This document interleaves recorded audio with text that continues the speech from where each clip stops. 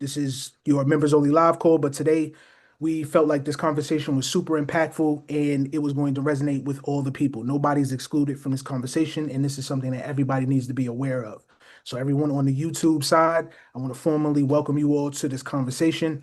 You guys are going to get a glimpse into some of the value that we provide to our Skyton Academy members. Today is about the AI job shift, what the data says, and what to do next. I'm Champ Bobbitt. This is Steve Bayonne. Steve, we live and direct, brother. Oh man, appreciate you. Yes, Um, sir. yeah, so we titled this the labor market impacts of AI. Anthropic just put out a um kind of a study report on AI and how it's affecting certain jobs. And it wasn't as grim as I thought it would be, and it does make total sense, right? Because anytime you hear AI and job losses, that the rhetoric out there is by 2030, every job in the world is going to be displaced and moved and gone. Um, it could either put you in two positions in current society, right? So fear could either drive you towards something or push you against it, right? So we have a critical decision to make, all of us. I don't care what industry you're in, entrepreneur, doesn't matter. This technology, good, bad, or indifferent, it's here to stay. It's not going anywhere. Um, AI won't replace jobs. People who use AI would be the first wave of people who would then replace multiple positions, right? So I think the first phase of artificial intelligence is to really work alongside of workers. This report did show a sign of there are many jobs that aren't truly ready for someone or an autonomous being to kind of operate it. But it is also showing that for the first time in history, white collar jobs are on the chopping blocks now. So that's going to be something that we've never really witnessed before, right? You figure with tech, we grew there were so many industries that were formed in the '90s to create what we have today, and now we almost coded ourselves out of existence. Um, so I think every generation had something monumental for that time to kind of deal with. The fact that we have information and we're able to stay ahead right now, it's just a matter of, are we going to be the generation that kind of sits back and regret? Um, I can tell you that what Skyton Academy does is we give a full holistic picture behind not only what's happening, but what would happen if it continues on this trend or if you continue to look towards there. We are moving to a skill-based society. So the days of going to college for 4 years, getting that degree and then getting out and getting a job. The job report just came out right now. I want to say 22 to 25 are some of the lowest. It's not so much that jobs are being cut or replaced by AI. It's just there's not too many positions in existence right now. So again, the new economy is going to be a skill-based economy. So that means it doesn't matter what degree you have. Do you have a deep understanding of all the things, artificial intelligence, blockchain technology, cryptocurrency, um, I mean, anything future forward that's going to be running the new economy, those are going to be the people that have more upside. Now we're not stuck to geography. We don't have to work at one location 5 days a week. The pandemic had created a shift in just the labor market, in the labor force and how we work. So it offers flexibility for people who are entrepreneurs. This is a home game. Um, I'm not saying working from home is a good thing for everybody, but you do have some Fortune 500 companies that did have people kind of report back and they're doing a hybrid, if not full time, right? So I want to share something personal with you guys before I get into this, and the timing of it couldn't have been any perfect. So I have two children, eighth grader and a 10th grader this year. So both are in private school. So they started public school up until the pandemic. And then I believe my daughter might have been in third and my son entered fifth grade. We went to a private institution, right? Typical large campus. It worked during the pandemic because they were one of the only schools that were able to open because of the large campus. And they were able to conduct class outside and, they had better spacing than say a school that was where everybody was in one building indoors all day. So we were happy that they were able to get an in-person education and not stay home. And it was little days where they had to like something happened, it was a break or whatever, and you'd have to do work from home. But they didn't have to miss out on the in-person learning during the pandemic. Now, our generation, and I'm speaking for myself, right? And maybe you guys too. When you think of our parents, they weren't really, that wasn't the most educated generation. We were, right? We were the ones that bought into college. We were that was kind of the thing, we're not boomers, but if you are a boomer, then you understand. So send your kid to college, 4-year degree, get on track, work for company, right? So as things are changing, technology is shifting the way that we do business, the way that we communicate with each other. I mean, we're on a live right now. This is an offspring of the pandemic, right? This was not that it wasn't created before, but this allowed Skyton Academy to be an online academy full time where we could learn in person over the internet, right? So this was one of the things that kind of blew up right around that time. So I'm grateful for it, right? We wouldn't have been able to um, create this if it wasn't for the change and the shift in society, right? Now, what we're facing with a rising 11th and then the rising ninth grader is the conversation that my wife and I, not that we didn't want to have it, but it is a lot to navigate children, right? Back in our days, wherever your address was, that's the school you went to. Like there was no shifting, there was no like private school, there was no talk of anything. Maybe Catholic was a discussion depending on the family's religious beliefs. But outside of that, product of public school environment, you know what it was, right? You had your different levels, your AP honors, and then your different levels of learning at that point. But everybody's housed in one place. Okay. It was what I would call the real world, depending on where you were from, right? Now, when you get into these private institutions, they get to handpick the talent, right? You have to test in, you have to take an IQ test so they know every child, and then you have to do an interview and, kind of, you got to sell yourself in a sense, right? So you get into the institution, it's made up of, the place we picked was a sports school, right? So there's a ton of athletes. It's college rigor, it's college preparatory. So they are getting you ready for college. Now, pandemic time, we weren't really thinking about that sort of stuff. But when you have a rising 11th grader, now it's like, wait a minute, it's 2 more years. And the way the time's been flying, you can't really ignore it. So we're watching our kids not really getting the full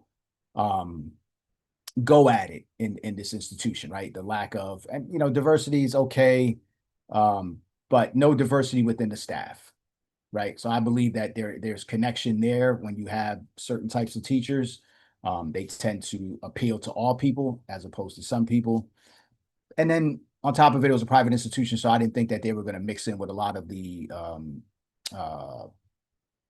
kind of craziness that was going on during the Biden administration with, and again, this is no jab at anybody, but I felt kids should have been left alone, like pronouns and things like that, not age appropriate, doesn't matter. Treat everybody well. Let's just learn, right?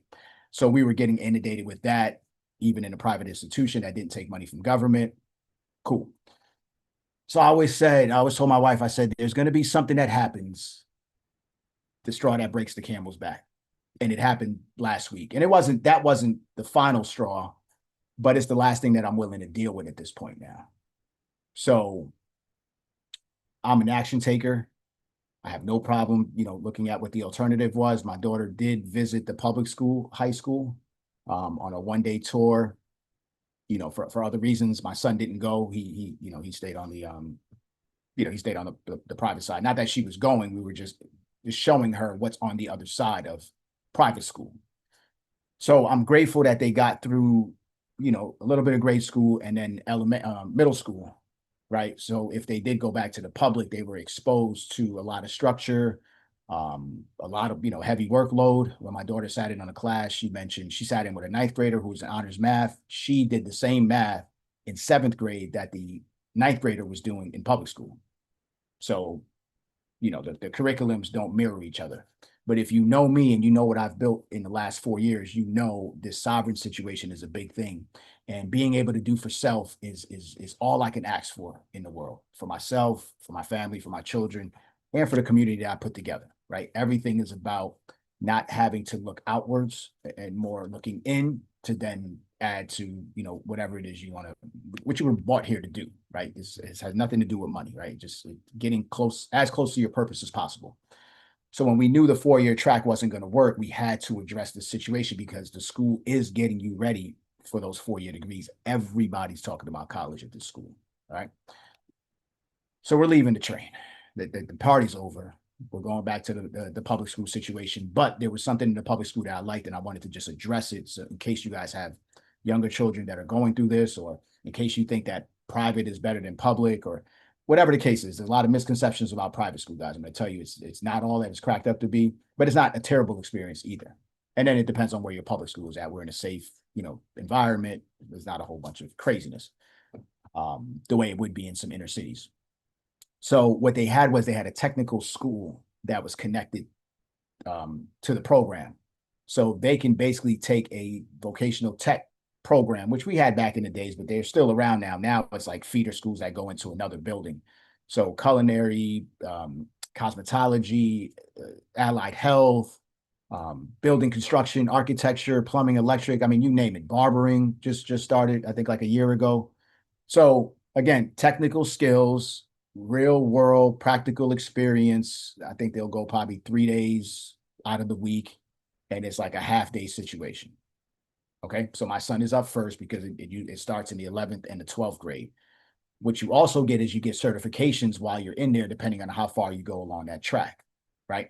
So you can get, CPR, whatever the case is, you're getting real life certifications.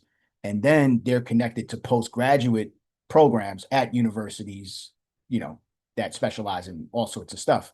So your kid is getting early access to the workforce, to, finding that what they like without having to go to a 4-year school to gain that experience.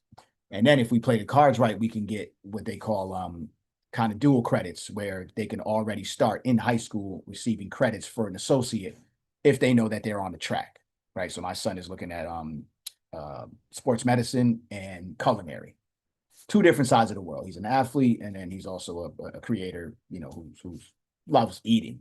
I wouldn't say cooking, but he is into food.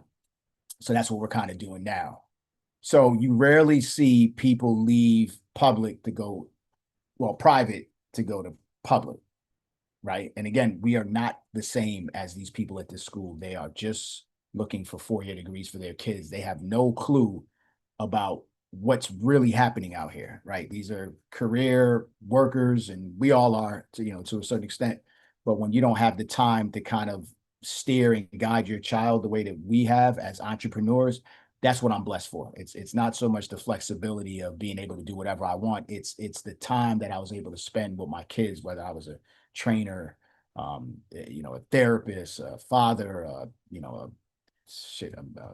military commander, like whatever you name it. I got a ton of roles in my household. So now it's laying down the groundwork for what would be their future. As you know, we own property internationally, so we would love for the kids to come up and whatever they can add, or at the end of the day, I'll support them in anything that they want to do if they're going out on their own. But I'm okay with them working and gaining experience in certain places and then coming back. But that's the play for us. It's not so much to get these kids out of here and send them to different parts of the world and do whatever. It's no, we have family business. We want to always be connected. And if you gain a skill, we want that skill to be able to be transferred within the family. So whether you're starting a new vertical that's going to continue on this legacy, or you're going to add to what's existing, that's what I'm here for. So tonight, not only are we going through this throughout the week, this week was a bit heavy. And guys, we're in Mercury retrograde. We had this blood moon the other day. I mean, like all the things were just compounding on a lot of people, and we're tapped in, put it that way. So Anthropic drops this report March 5th. Timing couldn't be any more perfect. We grabbed it, we analyzed it, and now we're here to just kind of discuss it, right? that was just a little personal story. So if you have kids that are going to college, guys, please, please, please enter cautiously. Do not think that that is the way out. It is a skill-based society. They don't care about those 4-year degrees. They're going to ask for experience. You understand? So you have to get in the now. All right. If you want the child to have a leg up, right? Because what I'm looking at is not only 2 more years for my son and 4 more years for my daughter, but then there's another 4 years that you add on top of that. That's putting us way out past 2030. We don't know. And if AI is moving and every 7 months there's major advancements in this and it's kind of chipping away at things, you have to put this thing through a proper test, a sniff test. All right. Far from the days of kids gaining experience or meeting their spouse in college. Like, yo, I'm done. I'm done with those selling points. I'm done with the white picket fence and home ownership. Like, I'm calling bullshit and shorts on all of it. Every institution is going to be tested, is currently being tested, and it will be tested. And new institutions are going to rise. And what we're doing now is we're planning for the next 100-year contract that we're about to sign. So if you want to take life by the horn and sign your own contract, I'm all for it. If you want to wait and just see what's being given, good luck. I've seen the data. These guys are absolutely hinged at this point. All right. So I want to talk about how AI is just affecting things, but in a different way, because that report did open my eyes to some things, because when you hear the talking points, you don't go any deeper. But to see the data on paper, and again, if you're on YouTube, I dropped the link prior. You could download the document. If you're watching a replay, it will be in the description of the YouTube write-up, right? If you're here with us live on Zoom, it's there for you to have it. If you're part of the Skyton Academy membership, this is going to be a masterclass replay with everything that you need in there and a little bit more. So I want to show you where AI is already being used in work, right? Who looks more exposed right now? We're going to talk about who looks less exposed, right? This is what the report was breaking down, and what practical steps that people can take so they can prepare instead of being caught off guard. I keep saying that reaction. I got a bunch of taglines, and I think I'm kind of forgetting some of the old ones. Don't be dumb is like the classic, but the latest one is reaction will cost you, right? You cannot be reactive to think that you're going to be able to think straight, but as fast as the world is moving right now. So, you got to be able to put things aside and spend some time on here. Okay. I also want to show a product that Champ and I created, is an AI job impact report and how it matters. Why the AI visionary report network matters. That's another offspring to Skyton Academy. It is a hub for AI that is free. So if you're new to us, you can get inside of there. It kind of puts you in some entry courses, just understanding what AI is, basically. All right. So the goal here is not fear, guys. I'm not here to like fear monger. I'm like really looking at the data, and because we have it now, we could the goal right now is to really prepare. Okay. So this is not no doomer shit. All right. So here's the big question. Is AI going to take jobs? Right? Drop a 1 in the chat if you feel your career will be or could be affected by AI within the next 4 to 10 years. And that's both YouTube and Zoom. Zoom is all ones right now. Okay. Let's see what's going on. YouTube, what's going on over And there? you can do it too if it's not going to be affected by it.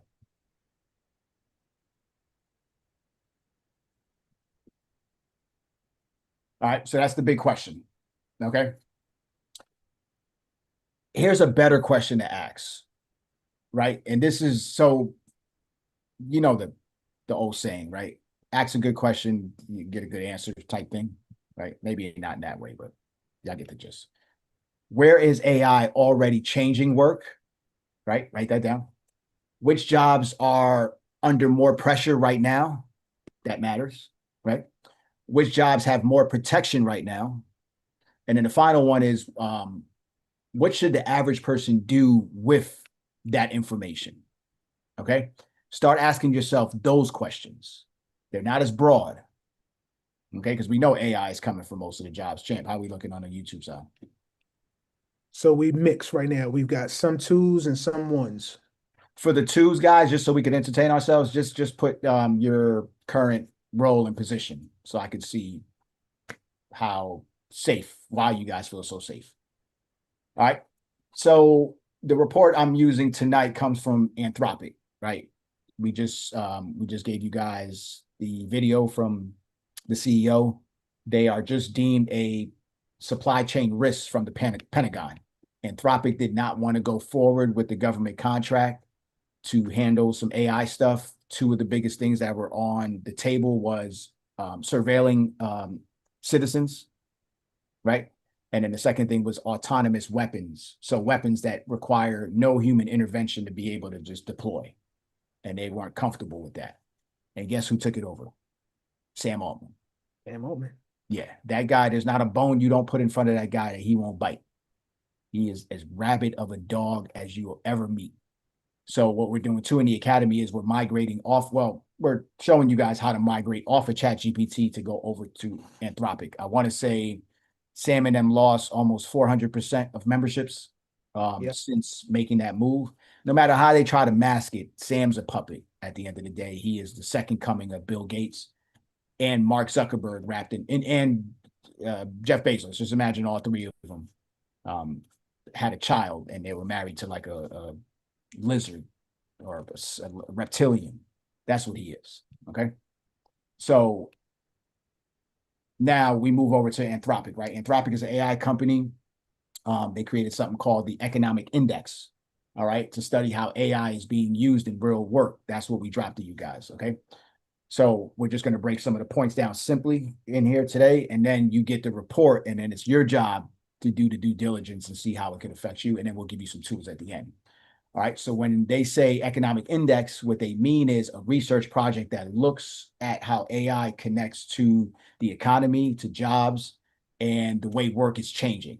So it's pretty comprehensive, but it's not long and it's pretty easy to read. All right. So they looked at a large amount of Claude's usage and they matched it to job tasks using a system called it's like ONet. Right. That's what they use. Now, I don't want to get too technical, so I'll just break these things down to kind of make it simple. The ONet situation is basically just a job database. All right. So they're taking a lot of the search parameters from Claude and they have this job database, and it describes what people actually do in different jobs. All right. So every position you have a particular role. So Anthropic was looking at the real AI usage and they were asking these questions, guys. When you ask the right questions, you get some cool results. What kind of tasks are people using for AI? What kind of jobs do those tasks connect to? And where is AI already showing up the most? All right. So that matters because it's not just someone giving an opinion, because that's what you hear with a lot of the headlines online. You know, this by 2030, the world's going to end or no more jobs like that. That can kind of put somebody in an uneasy situation, right? Um, this is a study that is looking at where AI is already being used in work-related tasks. That matters because we can see how successful it is and whether it's a dual task or is it replacing the human altogether, right? Because AI does make life more efficient depending on how you're using it. So one important thing before we go forward, the report does not mean that every conversation, tied to a job category came from a person working within that exact profession. All right. So I need you to understand that. All right. So Anthropic makes that clear on the actual report. So it's understood as a strong signal a signal of where AI is being used in work, not a perfect head count, guys. I need you to understand that. Okay. Of where jobs are already being replaced. That wasn't the point of this. All right. So I just wanted it to be accurate with you guys so you understand what you're looking at in the report. And the report is not saying that these jobs are all gone either. All right. So keep a level head when you're looking at the report. What it is saying is these kind of work tasks where AI is already showing up strongly, that's what it's kind of showing you. That's an important key to all of this. All right. I want to go over the most important visual on that report. If you go to page 6, and I will share it with you guys.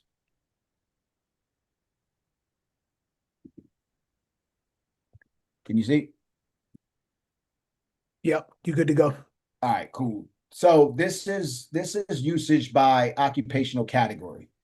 You can see transportation, production, management, business. So when you see it flare out blue closest to the actual category or job, that means that's the adoption of AI within that industry. Okay, so you start noticing installation and repair, pretty safe, right? Working with your hands. You see where I'm going with the technical stuff in my family? You have production, you have transportation, you have agriculture, right?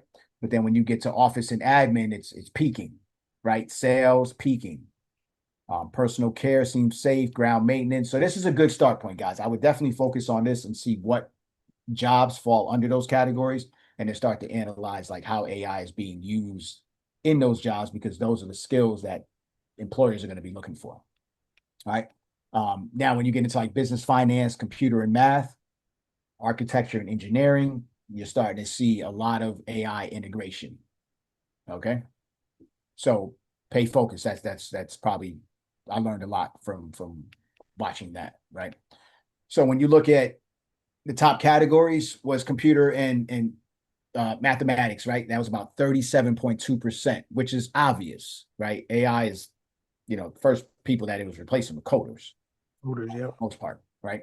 Then you have the arts and media coming at 10.3%, education and library 9.3, office and administrative 7.9, life, physical and social science 6.4, business and financial 5.9. All right.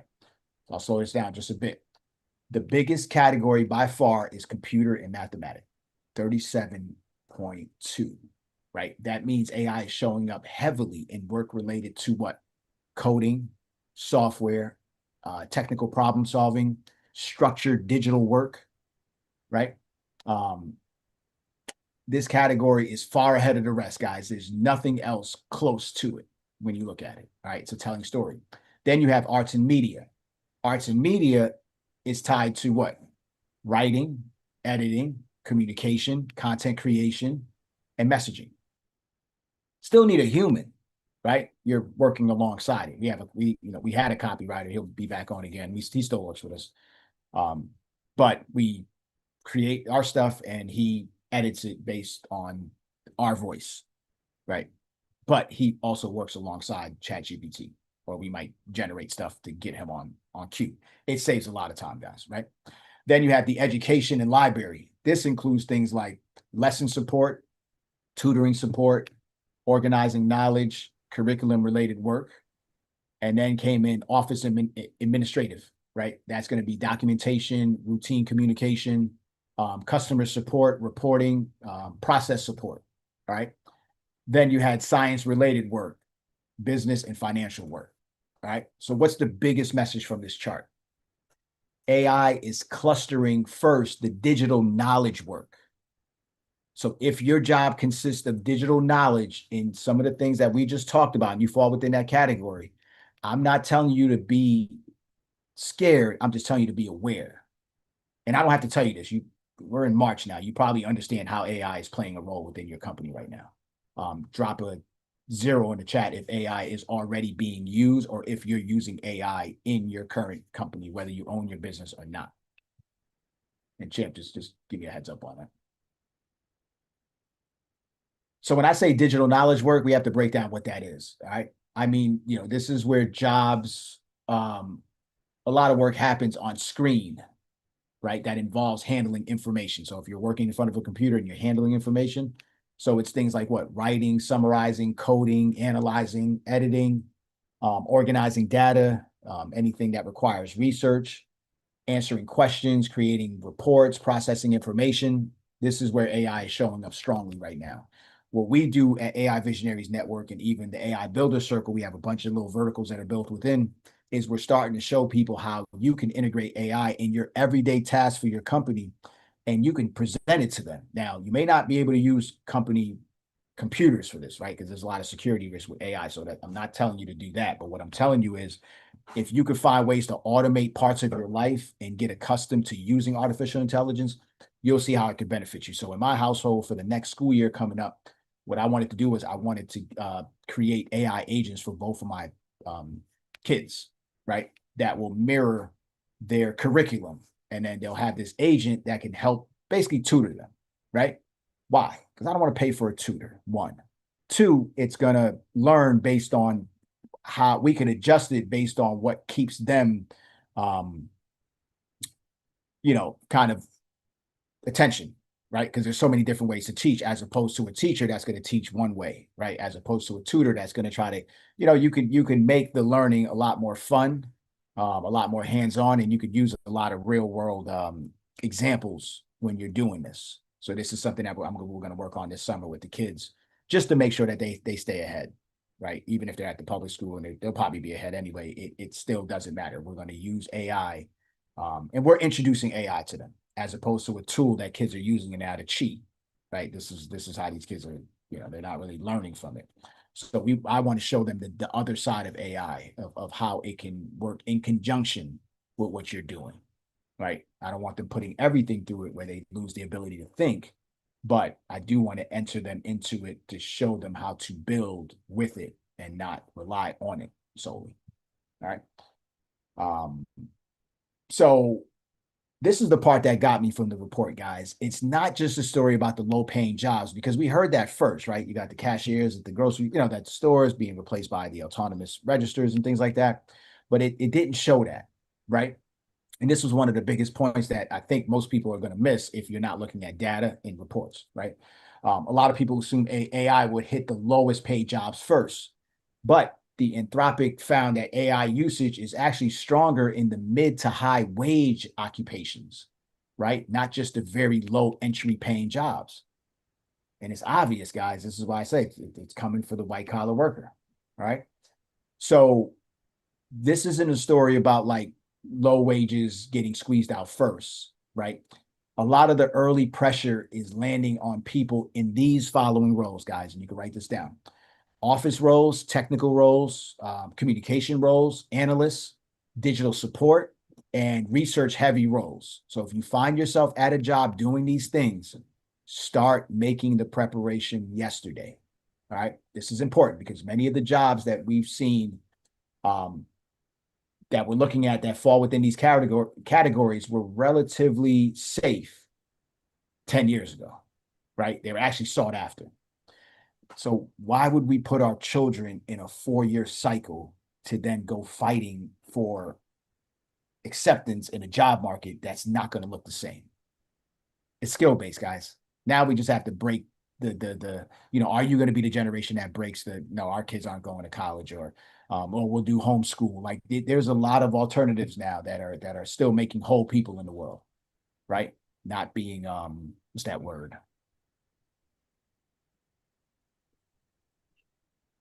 It'll come to me. But you know how they train you, right? So there's this thing that came up in the report: task compression, right? In case you run into it. That phrase really matters, okay? Task compression, all right? Task compression means AI helps one worker do the task in less time. This is what you want to focus on. If you're looking to stay in your career and you like it, apply the word task compression to your job and figure out how this AI can help you do things in less time. So that means that you can probably take the role of many different people. And when you have time, right, then you could apply it to something else, right? So task compression. So instead of needing several people to handle writing, summarizing, drafting, and we do this at the Academy, it's only really Champ and I at the end of the day. Sorting, responding, one person with AI may be able to handle all of that and much more. Right or wrong, Champ? Correct. All right. So that doesn't always remove the job, title completely right away, but it can reduce how many people the company thinks it needs. So when you looked at the job report and it came up short, it's that companies aren't hiring right now, right? Especially that 20-something age range. Then this is like fresh out of college. So what are you telling me right now? You're just going to put kids into a bottleneck, knowing that everything safe is more on the technical side, whether it be cosmetology or, you name it, HVAC, plumbing, HVAC, right? Electric. those type of things. There's a shortage of these things. They took these trades out of the schools for obvious reasons, right? I'm not going to say why they did it, but either way, they're asking for 1 million plus electricians. Either way, they're asking for 1 million plus plumbers. And these type of things translate even out of the country. When you have these degrees, you're even stronger in secondary markets that are emerging, right? So this is how pressure starts to build when you start to have less people and one person taking on the role of many. This is the slow buildup, guys. All right. So who's exposed the most right now? All right. This is where I'll start to lay out some practical shit. That's kind of what I'm known for a little bit. So based on Anthropic's labor market work, some of the most exposed occupations include computer programmers. And you could drop a 1 in the chat. If you hear what you're in, just put a 1 in the chat so we can see, who's where. So you have computer programmers, customer service representatives, data entry keyers, medical record specialists, market research analysts, and marketing specialists, sales representatives, and then financial analysts. Anyone's? Let's see. YouTube as well. YouTube is on a little delay, so it's always going to be a little behind, but Right. Nobody in-house. Okay, so cool. So the public reporting summarizes Anthropic's findings, cited examples like computer programmers at about 75% exposure to AI. So would you send your kid to school for computer programming right now? Nope. Understand how this thing works too, guys. It's not about you. It could be about your kids. It could be about, I don't care if they're babies now. Just start looking at how the world is being shaped. It could be your neighbor's kids. It could be a coworker. Please share this talk with people. They are not awake. All right. Customer service representatives. This is big. It's at about 70%. Now think about it. India, we've outsourced so much of this work to these emerging markets. What is going to happen to these people when they no longer have these jobs? Everybody's scrambling. Because I ain't gonna hold you. There was a time where the language and the when you have the letters and numbers with some of these people, I'm like, listen, you have to get me to. I don't suffer through things. I just ask for the alternative. Can you get me to an American rep? And that's not racist. It's just I was not able to comprehend at certain points in the conversation. If more of us would have pushed back, they would have stopped outsourcing. So exercise your right? Don't acquiesce to the way things are and just suffer. And then you had data entry keyers is at about 67% exposure. All right. Now, we have to understand what the word exposure means. Okay. So when I say more exposed, it means AI can already do noticeably more in that role, right? Than the person, basically. So it could be replaced, right? So, or at least it could be an assistant to the person for now, not fully replaced. All right. So it doesn't mean that every person in that field will lose a job tomorrow. I just need you guys to be aware of that. But it does mean that work is under more pressure now if you fall within those exposure categories. All right.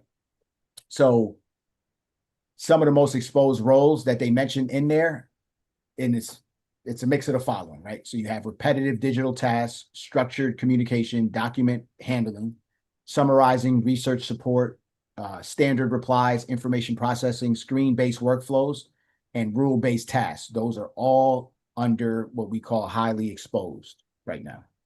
Okay. So because current AI tools are very strong at handling text, information, and patterns, they're also good at drafting emails, summarizing reports, answering common questions, rewriting content, organizing information. They're good at reviewing documents, generating first drafts, assisting with analysts, writing code, and improving code. This is what it's good for. So you can take the good out of this, and then you could apply it to where you're at, right? Because when it does well, we should be able to use a product like this. I'm not all the way against AI at all. There's no stopping it at this point. All right. So here's the part that gets good now. So who's less exposed right now? All right. Anthropic's findings suggest that jobs involving physical labor, manual skills, real world presence, and hands-on service are less exposed for the moment.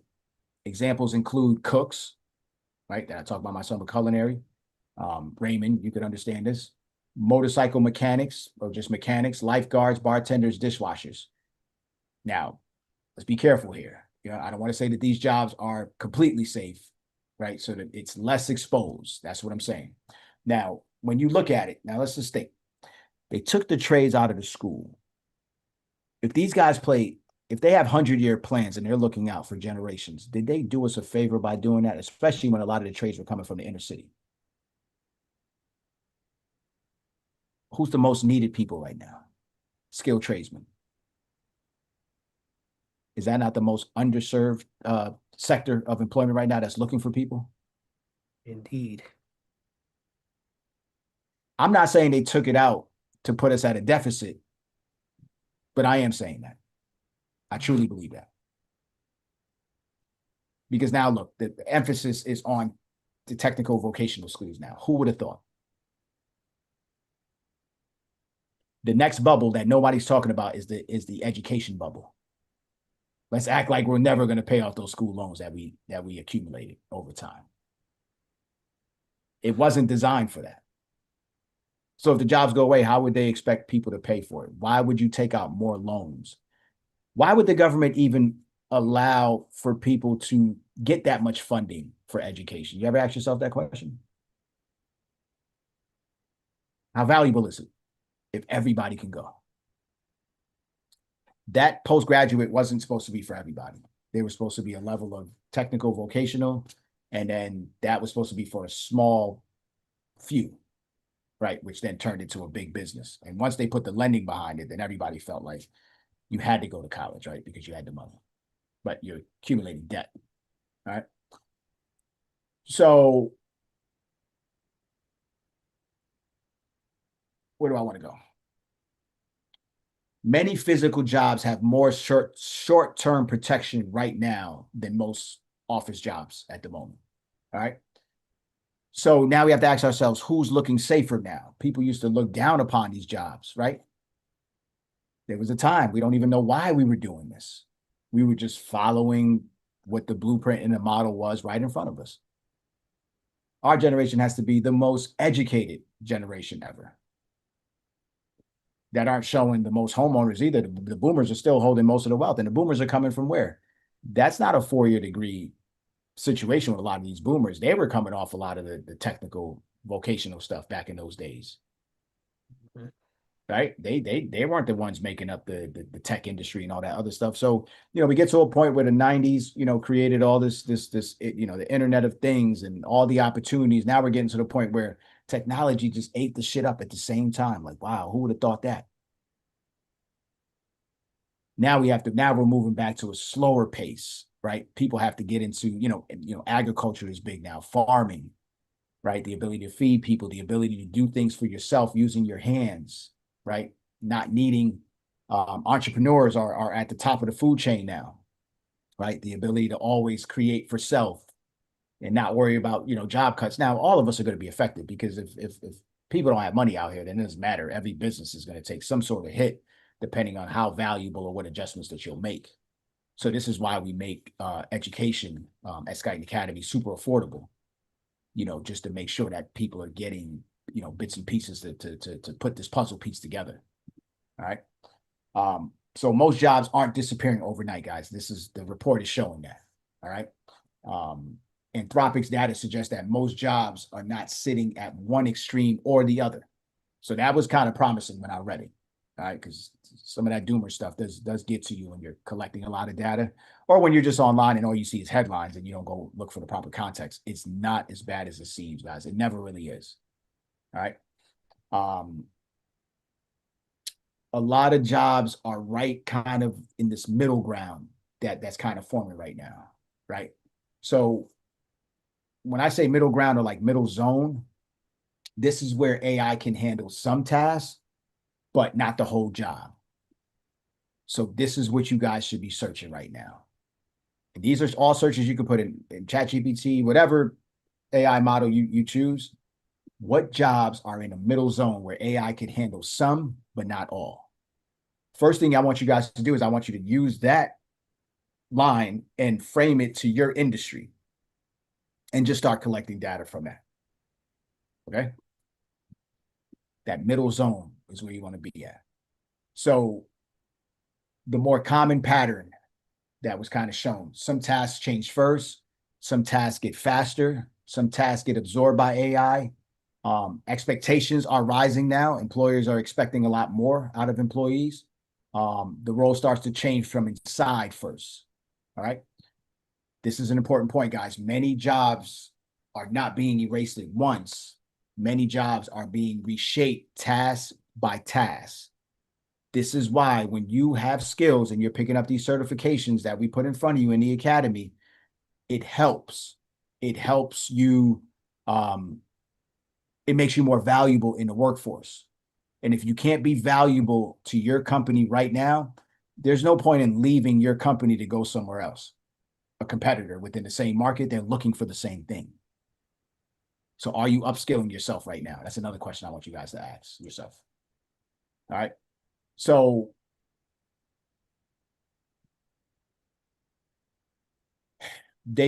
augmentation versus automation. Champ, I think we were talking about this earlier.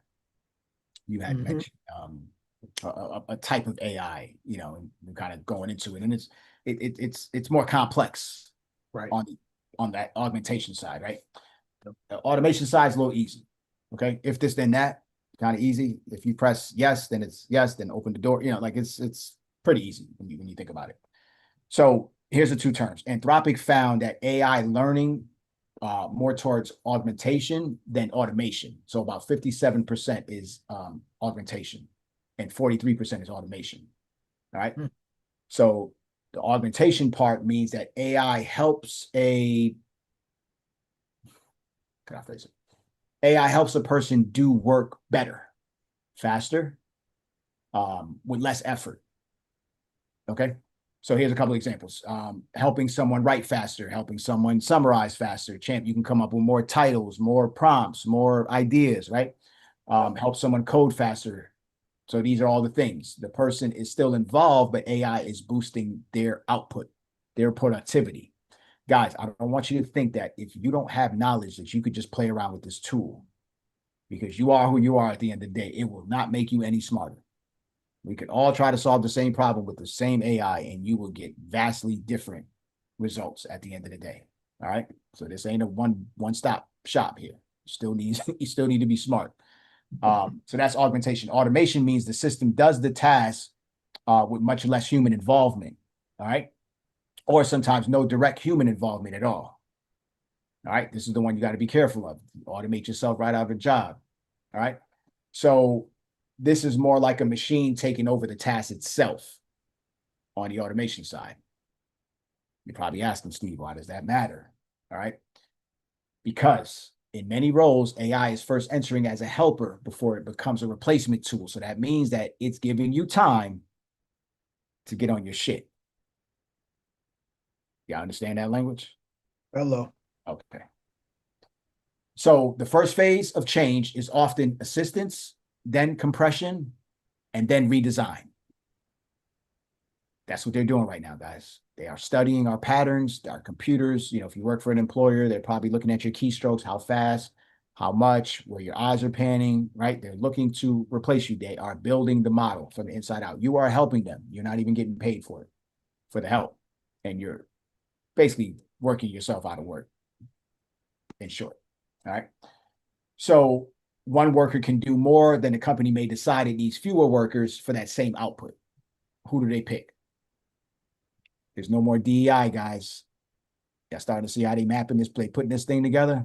So if there's any time that the culture needs to start to build their own within, this might be the generation. If not,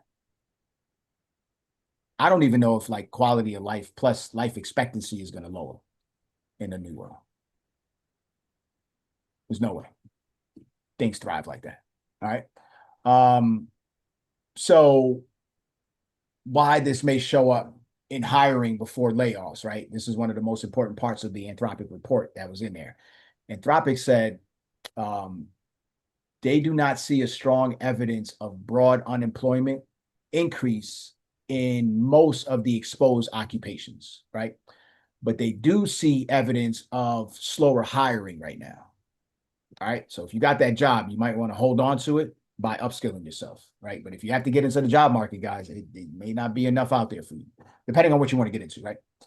Especially for younger workers between the age of 22 and 25, they are the most they are the ones in the most exposed roles, right? These kids don't work with their hands. These kids aren't really even thinking for themselves at this point now. These kids are just walking computers, right? Who are trying to add value and find a place in the world that's ever changing at this point.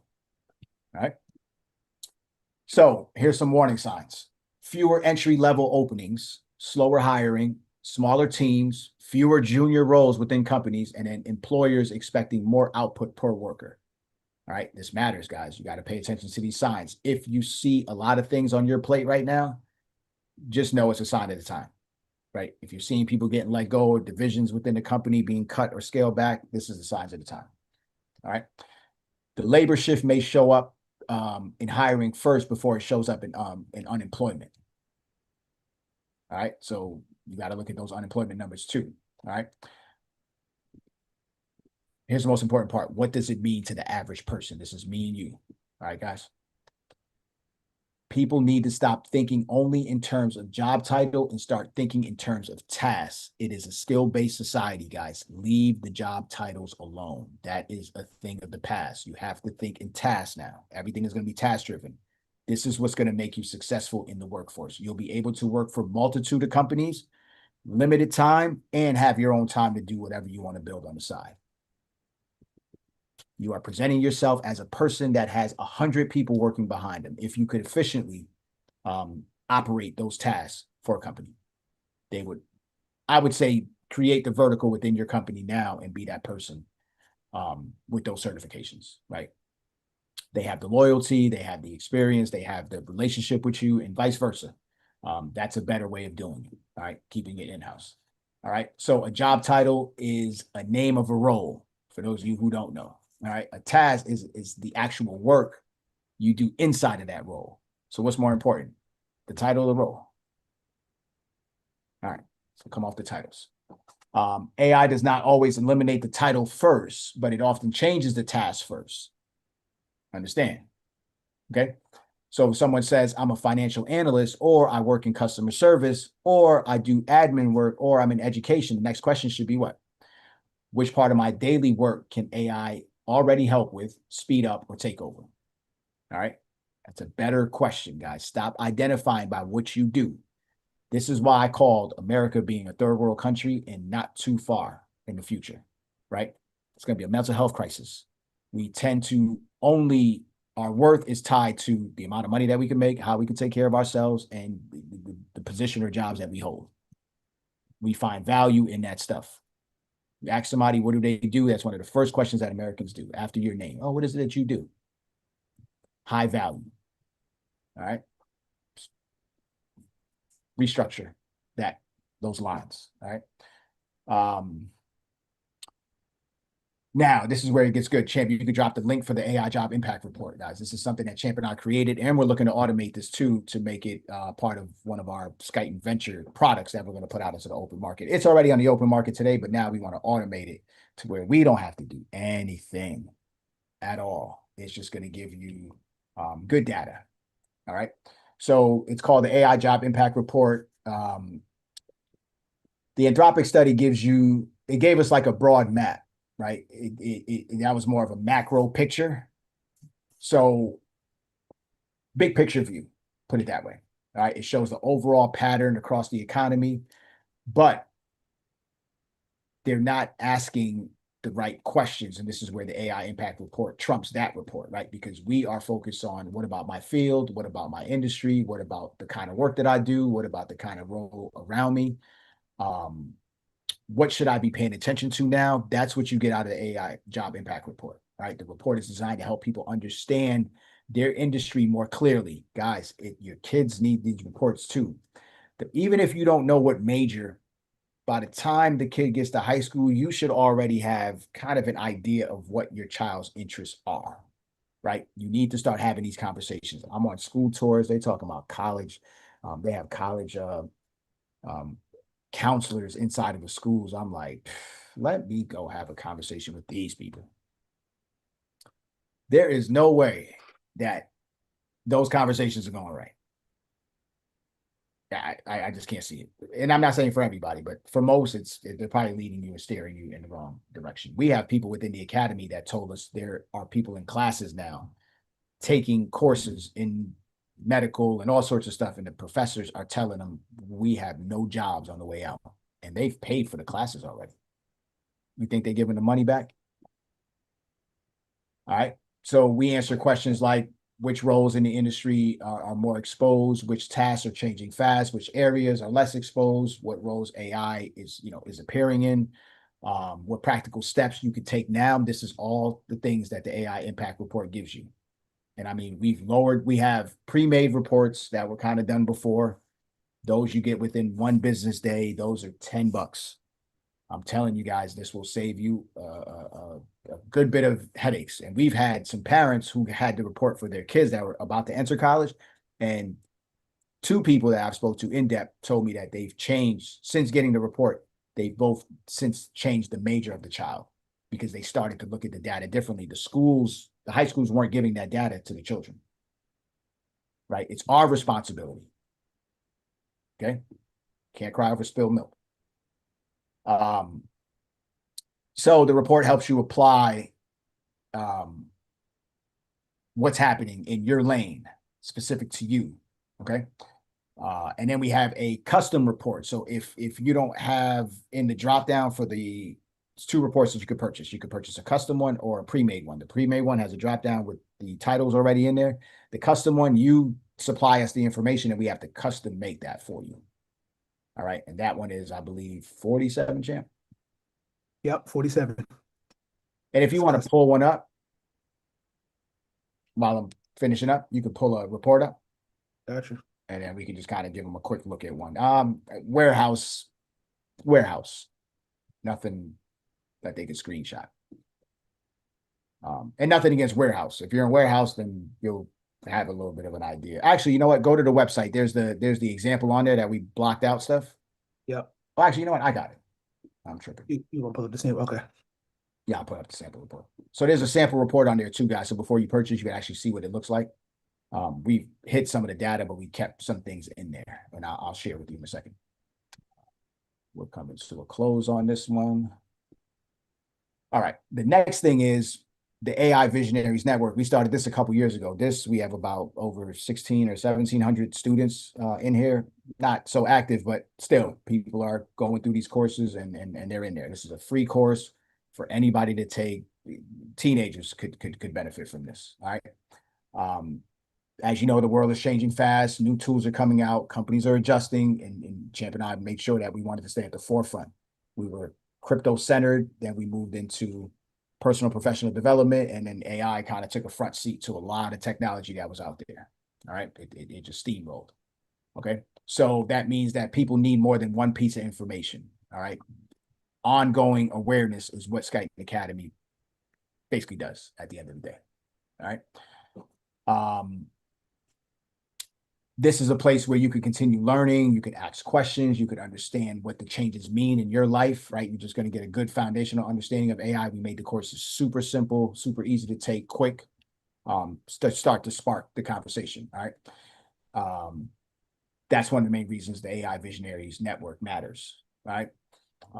This is for people who just don't want to stay in the dark, guys. You need a foundational understanding of what AI is. If you come into it scared of it, you're not going to really lean into it. All right, just understand what it is. It's been around since 1957, guys. Every common thing we use has an AI component to it that you may not even be aware of. Your Google Maps, your Netflix account, your Spotify account, all the what's nexts. These are all profiles that are being built on you, driven, and the driver behind it is artificial intelligence. It is mapping your behavior at the end of the day. We have a course that kind of outlines how we use AI every day and may not even know it, and people are blown away by the simplicity of it, but didn't realize that that was AI. So foundation is important. All right. So Anthropic's data shows AI is already being heavily used in digital knowledge work, right? This is how we began everything. Most people are part of more exposed jobs right now. Especially if you're within those kind of categories, guys, every job is being exposed to AI at this point now. Someone prior in the chat said China wanted all companies to be on AI by 2030. This is not a race about which country could um, evaporate a workforce first. So let's just be careful about this race that they keep selling us on, right? The amount of power and water that this thing is using, like this thing, it will have us like fucking in the desert with no cup, no Well, water. All right. So if this thing has a mind of its own also, so it could be detrimental to society at the end of the day. So this is why we're moving towards hospitality. This is why we're getting into more in-person experiences, right? Gary Vee talks about, people walking people in the future, like as if you were a dog walker, because this is how weird things are going to get. You hire somebody to come just have a conversation with you. So that's kind of where we're at, guys. So you don't wait until your industry changes in a way that makes it, you gotta just don't be dumb, guys. I don't want to even over talk this point. Like, what it is, set aside some time and just start to get the information. Closing your eyes will not make this thing go away. And if you're going to react, I'm telling you, these guys are changing the way the world is. And if you have to rely on government for any sort of assistance or UBI or anything, it's going to come with a bag of fucking to-dos at the end of the day. It will not be, as great as some people may think it will. All right. So we went over the AI job impact report. If you're watching it on YouTube, the description, I don't know, Champ, if you're able to drop it on that side. yeah, I have it pinned on as well. Okay, perfect. So they're pinned. If you're watching a replay, it'll be in the description also. AI Visionaries Network is free, and then we made the AI impact reports super friendly, price friendly. We've chopped the price down significantly, and we'd love for you guys to just share it. Once you get your report, definitely look it over. You want to run one for your spouse, you want to run one for your kids, give them away as a gift. You know what I'm saying? Or just share the website with somebody at the end of the day, because if your job is at risk, so is your coworker's job. And together you guys could probably, if you have a good, working experience, you guys could probably start to research some things together. Maybe not, get certifications and things like that. You're probably going to be going for the same whatever, but sharing of information and knowledge is definitely key in these times. So we offer the community and the support here at Skyton Academy. All right. So like anything else, Champ, there's going to be people that paid attention early and understood where the pressure was building and made the practical moves before the market forced them to. And that's the goal. It's just really preparation, guys. The opposite of that, I don't even want to utter those words out of my mouth and cast any spells on anybody. So I'm going to leave that one alone. But I will say, and don't be dumb. What you got for him, Champ? Listen, AI's efficiency does not care about your industry or your job title. I think the biggest takeaway here is simple. The world of work is changing task by task, not job by job. Most people are waiting for more and more headlines that say millions of jobs are gone overnight. But that's not how a shift works. What actually happens is things are slower, quieter, and more dangerous if you're really not paying attention. This first off the list is tasks get faster, AI starts assisting, then companies start to redefine the roles, and then eventually they realize one person can do the work of three or four different people. And that's when the shift literally enters right in your face. And guess when that shift is happening? Right now. But always have to say this. With the realization of the truth, sometimes it's not easy to intake, but there's an opportunity that's always hidden. There's always a silver lining. People who win in this new environment, they're not people that's chasing job titles. There's people who are basically understanding the skills, the task, and are able to be adaptable.